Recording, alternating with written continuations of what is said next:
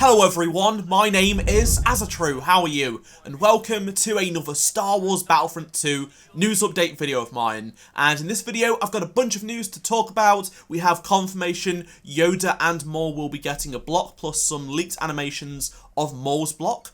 Also, there has been another data mine on the DC-17M blaster. It's actually playable somewhat in the files. I also have gameplay of that as well, and a whole host of other things like could Ahsoka come to the game, and what community event will be happening this weekend in Battlefront 2. So let's start with the DC-17M blaster rifle. This is the weapon of the Clone Commandos. Now, I made a video a couple of days ago saying it's in the files of the most recent update, you can see them, but Dylan Rocket has actually managed to equip them to the First Order F11D. Dylan Rocket states he was hesitant to post this video because people don't seem to understand what placeholders are. Of course, the model and the sounds are placeholders, but the workings of the weapon are there. He also said there is a Clone Commando variant of the DC-17 that feels no different from the regular weapon as far as he can tell, and there's also a new wrist blaster for the B2, and he believes it's another wrist rocket, but it wouldn't fire when he equipped it. And if you remember, I did mention in a previous video that DICE were actually thinking of adding a third variant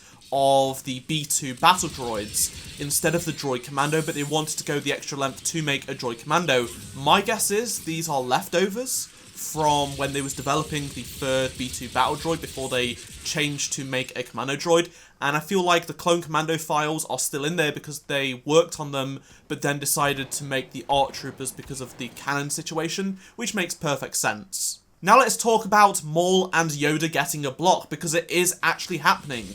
So a couple of days ago, Dylan posted a gameplay video showing Maul's animations for block. Obviously, it's not entirely polished, and he did use the missing lightsaber animations with Luke's, which makes sense. Some people don't seem to understand that modders and DICE developers use placeholders when things aren't there, so it still kind of works, even though it looks bad. I mean, it's not meant for the public eye anyway. And just a couple of hours ago, Jay on Discord confirmed that Yoda and Maul blocks are in the works, but he isn't sure when they'll land, so I doubt it's going to be next month, but who knows? They might be targeting next month, or more so the May update when it comes with the new Heroes vs Villains game mode. Speaking of heroes, Jay commented on Ahsoka. So he says nothing to do with Ahsoka in Star Wars can happen without Dave's sign-off and approvals on pretty much everything. So this doesn't really confirm or deny Ahsoka is coming to the game, but it sounds like there's sort of an extra process in the development of Ahsoka because Dave Filoni will have to do certain things he would want to see, adjustments, stuff like that. Maybe they're actually hitting a stumbling block with Ahsoka right now because of how Dave Filoni wants her to be. We just don't know yet.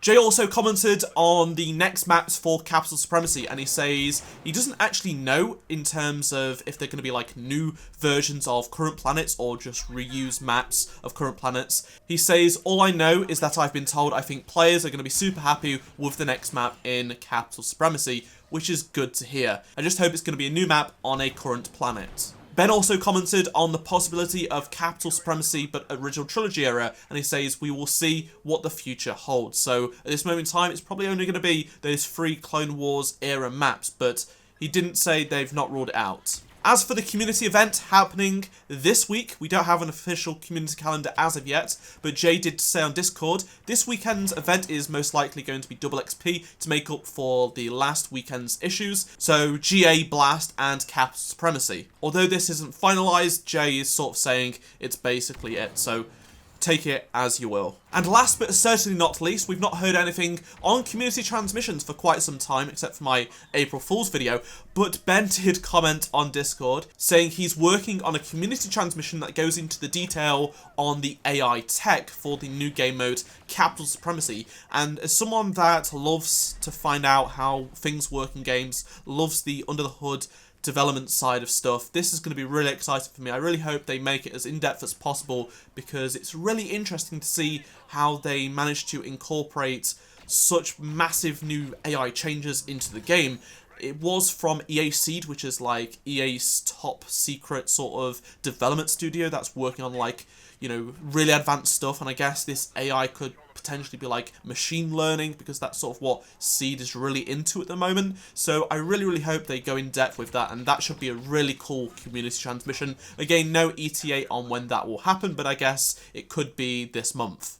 Also, the patch did get released today. A bunch of changes to Anakin, the ARC Trooper Commando Droid, whole host of glitch fixes, which is really good to see. Let me know in the comment section below your thoughts on everything I've discussed in this video, and drop a like if you enjoyed this video, subscribe if you are new around here for more Star Wars Battlefront 2 news update videos. Check out any of the 2 previous videos on screen if you did miss them, and I shall see you all in my next Star Wars Battlefront 2 video.